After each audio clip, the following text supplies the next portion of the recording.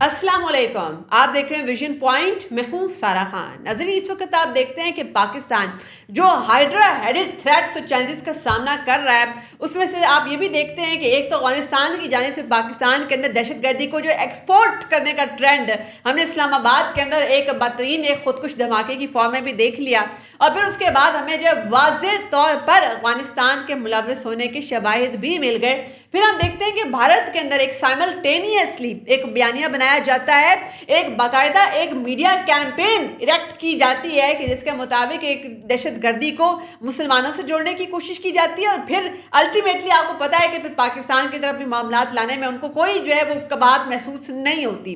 تو اس تمام تناظر کے اندر پاکستان کے جو انٹرنل ڈائنامکس ہے، ایک انٹرنل فرنٹ بھی جو کھلا ہوا ہے، وہ بھی کوئی تسلی بخش نہیں ہے۔ تو بحیثیت ریاست ہماری کیا اسٹریٹجی ہوگی، ہم کس جانب جا رہے ہیں، ان تمام چیلنجز کو ہماری ریاست جو ہے کس طریقے سے نمٹ سکتی ہے، اور ہم نے متحد ہو کر دشمنوں کو کیا پیغام دینا ہے، تجزیہ لکھتے ہیں ان تمام چیزوں کا، اور تمام گفتگو جو ہے سامنے رکھتے ہیں۔ ہمارے ساتھ موجود ہیں سینئر صحافی تجزیہ نگار رانا رضوان ارشد صاحب، آپ ڈپٹی بیورو چیف ہیں اب تک نیوز کے بھی۔ السلام علیکم۔ وعلیکم السلام۔ رانا صاحب، thank you so much for coming.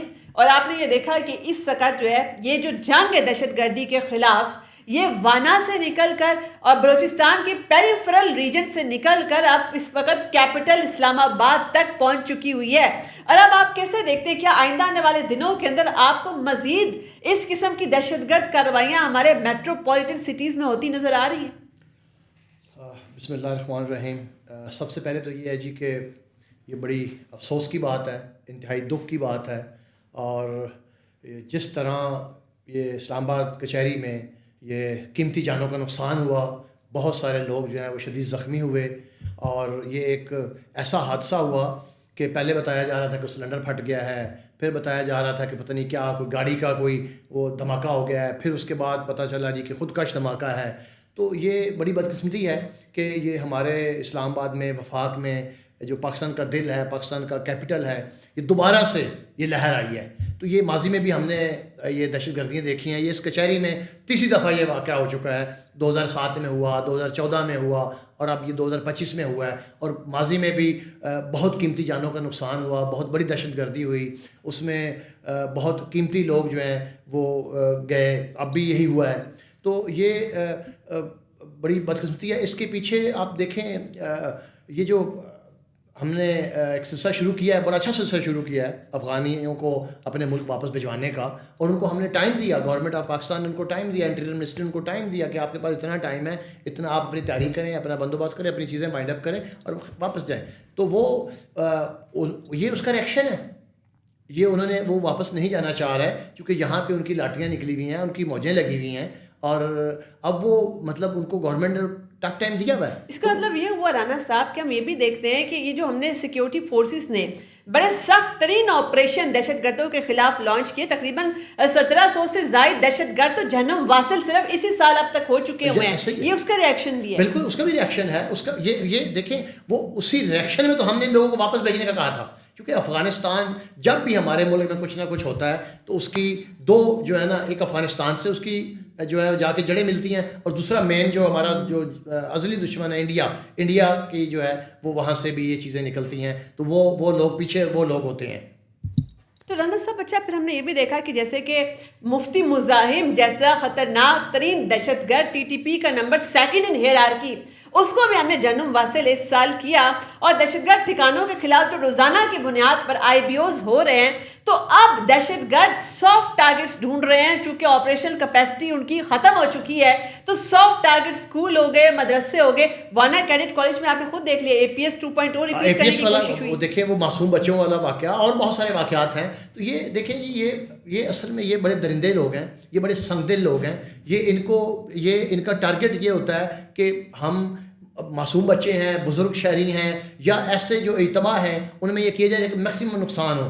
تو وہ ان درندوں کو مطلب بڑی بدقسمتی ہے، بڑی بدبختی ہے ان کی کہ یہ اشارہ کچھ کر رہے ہیں۔ اور اب ہمارے ہاں بڑی بدقسمتی ہے، ہماری گورنمنٹ، ہم لوگ انٹیریئر منسٹر کی سیکورٹی کے لیے تو ہم نے بہت لمبا چوڑا پلان کیا ہوا ہے، کیونکہ جناب انٹیریئر منسٹر جب ٹریول کرتا ہے تو اس کے آگے پیچھے اسکواڈ چل رہے ہوتے ہیں, ایمبولینسیں چل رہی ہوتی ہیں, پتہ نہیں کیا کچھ ہو رہا ہوتا ہے. لیکن جو عام آدمی ہے اس کی سیکورٹی کے لیے ہم نے کچھ نہیں کیا, عام آدمی کے لیے ہم کچھ نہیں کر رہے. تو یہ دیکھیں ضلع کچہری صبح سے شام تک وہاں پہ ہر طرح کے لوگ آتے ہیں, ہر طرح کے کیسز جو ہیں وہاں پہ وہ مطلب ہینڈل ہوتے ہیں. تو اس میں اب اہم ترین شخصیات وہاں پہ آتی ہیں, سیاسی لوگ بھی, ان کے مقدمے بھی وہاں پہ ہوتے ہیں. اس کی کوئی سیکورٹی نہیں ہے, اس کا کوئی انتظام ہی نہیں کیا ہوا. وہ آیا جو آیا وہ آ کے خود کش اپنا کر کے اور وہ لوگوں کو جانے لے کے چلا گیا. ہم نے یہ دیکھا کہ وانا کیڈٹ کالج کے اندر بھی بڑے پیمانے پر جانی نقصان ہوتے ہوتے بچ گیا. ایک بھی جان وہاں پر ضائع نہیں ہوتی ہے. وانا کیڈٹ کالج تو بڑے خوبصورتی کے ساتھ بڑے پروفیشنل طریقے سے انہوں نے ایک بڑا سانحہ وہاں تو بچا لیا ہے. ایسا ہی ہے. دیکھیں کے پی کے میں اور بلوچستان میں یہ آج سے کام نہیں شروع, یہ سالوں سال سے کام شروع ہے. لیکن ہماری ایک چیز بڑی اہم ہے کہ ہماری جو فورسز ہیں وہ ان کی بڑی گہری نظر ہے. پاک فوج جو ہے وہ انہوں نے اپنا کے پی کے ہو جائے, بلوچستان ہو جائے, وہاں پہ دہشت گردی کا جو قلعہ کما کیا ہے, دہشت گردی کو توڑا ہے, دہشت گردوں کو مارا ہے اور بہت ڈھیر سارا انہوں نے جو ہے وہ اپنا کنٹرول کیا ہے. لیکن اب کیپٹل جیسی جگہ پہ یہ جو واقعہ ہوا ہے, مجھے تو ڈر ہے, حالات یہ نظر آ رہے ہیں کہ آگے بہت کچھ ہونے جا رہا ہے. اگر آج ہم اس کو اس وقت کنٹرول نہیں کریں گے تو یہ کام بہت آگے تک جائے گا. ابھی رانا صاحب دیکھیں گے جو ہماری جو ٹاکس ہو رہی تھی اس وقت افغان طالبان رجیم کے ساتھ, اس کی ایک بڑی وجہ جو ہے جو صحافی بھی رپورٹ کر رہے ہیں, افغان ڈیلیگیشن میں سے بھی کچھ لوگ رپورٹ کر رہے ہیں, وہ یہ ہے کہ پاکستان کا جو ایک بڑا کی مطالبہ تھا, ایک وہ یہ بھی تھا کہ افغان طالبان رجیم جو ہے وہ فتویٰ جاری کروائے ان خوارج کے خلاف کہ یہ اس وقت دہشت گرد کاروائیاں کر رہے ہیں ایک اسلامک ریپبلک کے خلاف. تو وہ فتویٰ جاری کرنے سے جو ہے نا انہوں نے صاف انکار کر دیا. آپ کے خیال میں کیا ایسی ان کی مجبوری ہے؟ دیکھیں جی, مجبوری ایک تو ان کی نیت ٹھیک نہیں ہے, ایک تو ان کی نیت ٹھیک نہیں ہے نا. اگر وہ نیک نیتی ہو تو وہ فتویٰ جاری کر دیں, اس میں کوئی برائی نہیں ہے, کوئی حرج نہیں ہے. اور دوسری بات یہ ہے کہ آپ اگر ماضی میں جائیں نا جی, تو ہمیں کہیں نہ کہیں افغانستان جو ہے وہ ہمارا دشمن رہا ہے. ہم تو کہتے ہیں کہ یار مسلمان ملک ہے, ہمسایہ ملک ہے, ہم تو اس کا بہت خیال کرتے ہیں, پاکستان اس کا بہت لحاظ کرتا ہے. لیکن وہ ماضی میں بھی اگر آپ ماضی اٹھا کے دیکھیں بھی تو بہت ساری جنگوں میں, بہت ساری جگہوں پہ انہوں نے ہماری جو ہے جڑیں کاٹی ہیں اور ہمارے وہ مخالف رہے ہیں. تو اس کا مطلب یہ ہوا کہ افغان طالبان رجیم اگر چاہے تو یہ دہشت گرد کاروائیاں ابھی بھی بالکل روک سکتی ہیں, 100% روک سکتی ہیں, بالکل روک سکتی ہیں, لیکن ان کی نیت ہی نہیں ہے. نیت نہیں ہے ان کی نا, تو چلیے رانا صاحب آپ دیکھیں کہ جب پاکستان نے ان کو جو ہے واضح طور پر شٹ اپ کال دی ہے کہ اس کے بعد اگر یہ رویہ ہے آپ کا تو پھر ہم بھی آپ کو طاقت سے ہی جواب دیں گے, تو ایسے میں اس طریقے کے بیانات ان کی طرف سے آنا کہ جی ہم تجارت روک دیں گے اور ہم جو ہے وہ تجارت بالکل کسی اور روٹس پہ لے کے جا رہے ہیں, تو یہ تو ہمارے لیے فائدہ نہیں ہو گیا کہ افغانستان کی طرف سے آمد و رفت کم ہو جائے گی. دیکھیں جی جہاں تک بات تجارت کی ہے تو تجارت تو پاکستان کسی بھی ملک کے ساتھ, انڈیا جیسے ازلی دشمن کے ساتھ بھی ہم تجارت کرتے رہے ہیں, اور افغانستان کے ساتھ تو ہمارا ہمسایہ ہے, مسلمان ملک ہے, اس کے ساتھ تو ہمیں تجارت کرنے میں کوئی آڑ نہیں ہے, نہ رہی ہے. لیکن اب یہ ہے کہ جہاں تک وہ تجارت کی دھمکی دے رہے ہیں تو اس میں پاکستان جو ہے وہ پاکستان کا اس کا بالکل ان کا ہمارا ایک قریب ترین تجارتی وہ ہے سلسلہ, ترخم بارڈر ہے, دوسرے تیسرے بارڈرز ہیں. تو وہ اس تجارت روکنے سے کم از کم یہ ضرور ہو جائے گا کہ جو دہشت گردی ہے, وہ جو تجارت کے بہانے لوگ اس ملک میں آ رہے ہیں, یہاں پہ آ رہے ہیں, اور جو یہ کاروائیاں ہو رہی ہیں, یہ کم از کم یہ ضرور رک جائیں گی. تو اس کا مطلب یہ ہوا کہ چونکہ ہمارے لیے تجارت سے زیادہ یہ اہم ہے کہ ہم اپنے شہریوں کی, اپنی سیکیورٹی فورسز کی جانیں بچائیں. بالکل. تو یہ تو گھاٹے کا سودا ہمارے لیے نہیں ہے. نہیں, یہ تو بڑی دیکھیں جی ہماری دیکھیں آپ بات یہ ہے کہ پاکستانی فورسز جو ہیں, پاکستانی جو ہماری پاک فوج ہے, اس کی تربیت جس طرح ہوتی ہے, جیسے کی جاتی ہے, اس پہ مطلب سالوں سال محنت کر کے, اس پہ اخراجات کر کے, ان کو ایک ٹرینڈ کر کے یہاں لائے. تو یہ ظالم لوگ جو ہیں, یہ بدبخت لوگ جو ہیں, یہ اس طرح کے حادثے یہ آ کے یہاں کرتے ہیں. تو کم از کم وہ بالکل ہماری جانیں قیمتی ہیں, پاک فوج کی جانیں قیمتی ہیں, عوام کی جانیں قیمتی ہیں. اور جو معصوم بچے, یہ جو اپنا یہ معصوم وانا کیڈٹ کالج والا ہے اپنا, اور بہت سارے مختلف جگہوں پہ یہ سارا کچھ ہوا ہے, تو وہ ہمیں زیادہ ہمیں اس کی حفاظت کرنی چاہیے. انسانی جانیں زیادہ قیمتی ہیں. رانا صاحب ابھی آپ نے ایک اور چیز بھی دیکھی ہوگی کہ بڑا ایک آپ کو ایک پروپیگنڈا وارفیئر ایک نظر آ رہی ہوگی کہ جس کے اندر پہلے سری لنکن ٹیم کے حوالے سے بھی ایسی افواہیں اڑانے کی کوشش کی گئی کہ آپ پاکستان کی سیکیورٹی صورتحال کے پیش نظر وہ بھی میچ جو ہے منسوخ کر کے جا رہے ہیں, مگر سری لنکا نے پاکستان کو یہ پیغام دیا کہ ہم آپ کے ساتھ کھڑے ہیں, فرینڈشپ ناٹ آؤٹ، چونکہ انہوں نے جو ہے شیڈول کے مطابق تمام میچز کے اندر وہ پارٹیسپیٹ کریں گے. جی یہ اچھی بات ہے. دیکھیں سری لنکا کی ٹیم ماضی میں بھی پاکستان آتی رہی ہے اور ماضی میں بھی سری لنکن ٹیم کے اوپر بھی حملہ ہوا ہے اور ہم نے اس کا پوری طرح دفاع کیا ہے. پاکستان نے، پاکستانی سیکورٹی فورسز نے پورا دفاع کیا اور انشاءاللہ اب بھی ہم ان کا دفاع کریں گے. وہ ہمارے مہمان ہیں، ہمارے ملک میں آئے ہیں، کھیلنے آئے ہیں، ایک اچھا مقصد لے کے آئے ہیں، تو ہمارے اس کا ہم ان کی حفاظت کریں گے اور یہ ان کا بڑا اچھا پازیٹیو اقدام ہے، اچھا مثبت ان کا رویہ ہے. اور پھر آپ ایک اور چیز بھی دیکھیں کہ سری لنکا خود بھی ایک ایسا ملک رہا ہے جس کے اندر اپنے ایک بدترین دہشت گردی تامل ٹائیگرز کی فارم میں اس کی لہر تھی، ایک گوریلا وارفیئر ایک چل رہی تھی وہاں پر. اس میں انہوں نے بلکہ پاکستان کے کاؤنٹر ٹیررزم ماڈل سے بھی بڑی ہیلپ لی انہوں نے. جی بالکل ایسے ہی ہے، بالکل یہ بات درست ہے. اور پھر اس کا مطلب تو یہ ہوا کہ جو سری لنکا ہے وہ ہمیشہ پاکستان کے ساتھ جو ہے ایک اوبلائزڈ ہے ایک طرح سے، وہ پاکستان کے ساتھ تعاون کرنے کے اندر اور پاکستان کے ساتھ ہر مشکل وقت میں کھڑا رہنے کے. بالکل اس میں کوئی شک نہیں جی، پاکستان کے ساتھ وہ کھڑا ہے، پاکستان کا اچھا دوست ہے. اور حالانکہ جس طرح ماضی میں ان کی ٹیم کے اوپر حملہ ہوا اور وہ سارا سلسلہ، تو اس کے بعد تو باقی ملکوں کی جو ٹیمیں وہ مطلب یہاں نہیں آ رہی تھی، انڈیا نہیں آ رہی تھی اور بہت سارے، تو وہ پھر بھی آئے ہیں. تو ہم پہ ٹرسٹ کرتے ہیں، پاکستان پر اعتماد کرتے ہیں، پاکستان کے ساتھ دوستی نبھا رہے ہیں، وہ آ رہے ہیں. اچھا ایک اور چیز رانا سی یہ بتائیے کہ آپ کو امیوننٹ کیا پاکستان انڈیا کی کوئی وار وہ لگتی ہوئی نظر آ رہی ہے؟ چونکہ آپ نے دیکھا کہ نریندر مودی کا جو ایک اسپانسرڈ گوڈی میڈیا ہے وہ روزانہ ایک نئی فیبریکیٹڈ سٹوری کے ساتھ سامنے آ جاتا ہے. دیکھیں جی بات یہ ہے کہ جہاں تک وار کی بات ہے تو الحمدللہ ہم نے تھوڑا سا عرصہ پہلے ان سے وار جیتی ہے اور ہمارے پاک افواج نے، ایئر فورس نے، پوری فوج نے ان کو، ہم جو سیسا پلائی دیوار کی طرح ان کا مقابلہ کیا، ان کے رافیل گرائے، ان کو تباہ و برباد کیا، ان کے گھر میں گھس کے ان کو جو ہے ان کے اڈے گرائے گئے اور سارا کچھ وہ کیا گیا. تو وہ اس سے سبق سیکھنا چاہیے انڈیا کو. اور ماضی میں بھی ہم ان سے جیتے رہے ہیں. اور رہی بات یہ ہے کہ ان کو پتہ ہونا چاہیے کہ اس ملک میں اپنا فیلڈ مارشل جو ہے نا بڑا مضبوط آدمی ہے، مضبوط اعصاب کا مالک ہے اور وہ اس کی سرحدوں پر اس کی پوری نظر اور گہری نظر. تو انڈیا وہ دیکھیں، جہاں تک بات پراپوگنڈے کی ہے تو ان کے پاس پراپوگنڈے کے علاوہ ہے ہی کچھ نہیں.